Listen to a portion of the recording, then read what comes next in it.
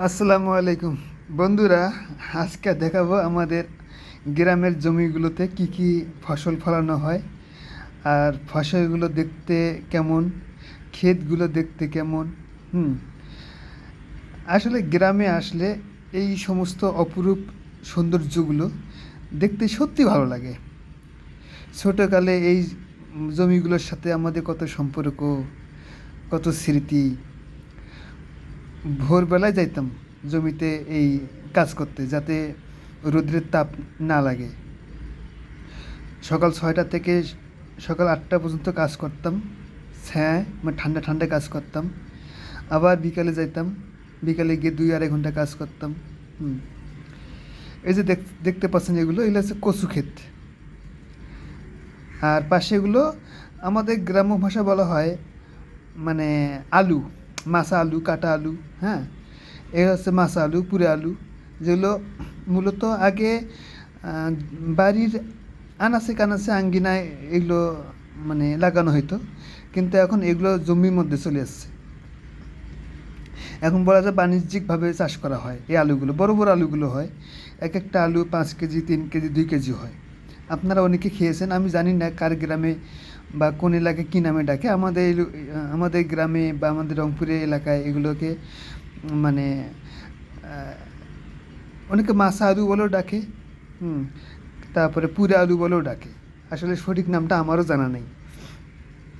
এই যে ঘাস, জমিতে কিন্তু বেগুন লাগানো হচ্ছে, প্রচুর ঘাস।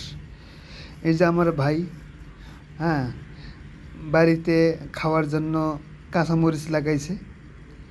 এই যে কাঁচামরিচ তোলানো হচ্ছে, মানে এগুলো বিক্রির উদ্দেশ্য নয়, এগুলো বাড়িতে খাওয়ানোর জন্য। আপনাদেরকে বলে রাখি, আমরা যদি ইচ্ছা করি শুধুমাত্র লবণ ছাড়া বাকি সব কিছুই আমরা বাড়িতে তৈরি করি। সরিষার তেল, সরিষা থেকে আমরা তেল তৈরি করতে পারি। আদা রসুন যা কিছু লাগে এগুলো আমরা কিন্তু জমিতে লাগাই। হয়তো অনেক সময় বাণিজ্যিকভাবে লাগাই না, খাওয়ার জন্য জমির আইলে বা জমির এক সাইডে একটা লাইন করে আমরা এই আদা রসুন কাঁচামরিচ লাগাই, যেগুলো আমরা কয়েক মাস খাইতে পারি।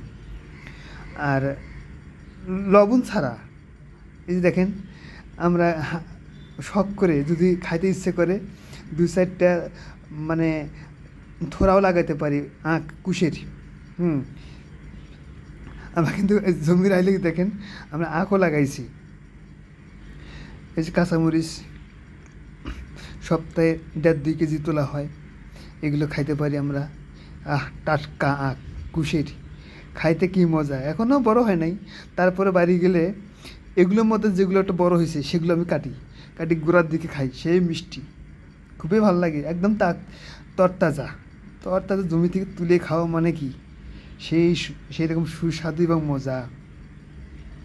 তো যেটা বলছিলাম, আমরা যদি চাই শুধু লবণ কিনতে হবে, বাকি সব আমরা বাড়িতেই উৎপাদন করতে পারি, চাষ করতে পারি। এই যে এটা দেখতেছি, একটা কাঁকরোলের ক্ষেত। আমাদের এলাকায় প্রচুর কাঁকরোল আবাদ করা হয়। কাঁকরোলে কিন্তু লাভজনক। একদিন পর পর কাঁকরোল তুলতে হয়। একদিন পার হইলে কিন্তু কাঁকরোল মানে সবুজটা থাকে না, লাল হয়ে যায়, ফলে দাম কমে যায়, চাহিদা কমে যায়। আমরা বরবটি, কাঁকরোল, আলু, টমেটো, শাক, বেগুন, মানে ভ্যারাইটিস, এমন কোনো আবাদ নাই যে আমরা করি না। একদম টাটকা, জমি থেকে তুলে নিয়ে যায় রান্না করা, সেই রকম সুস্বাদু।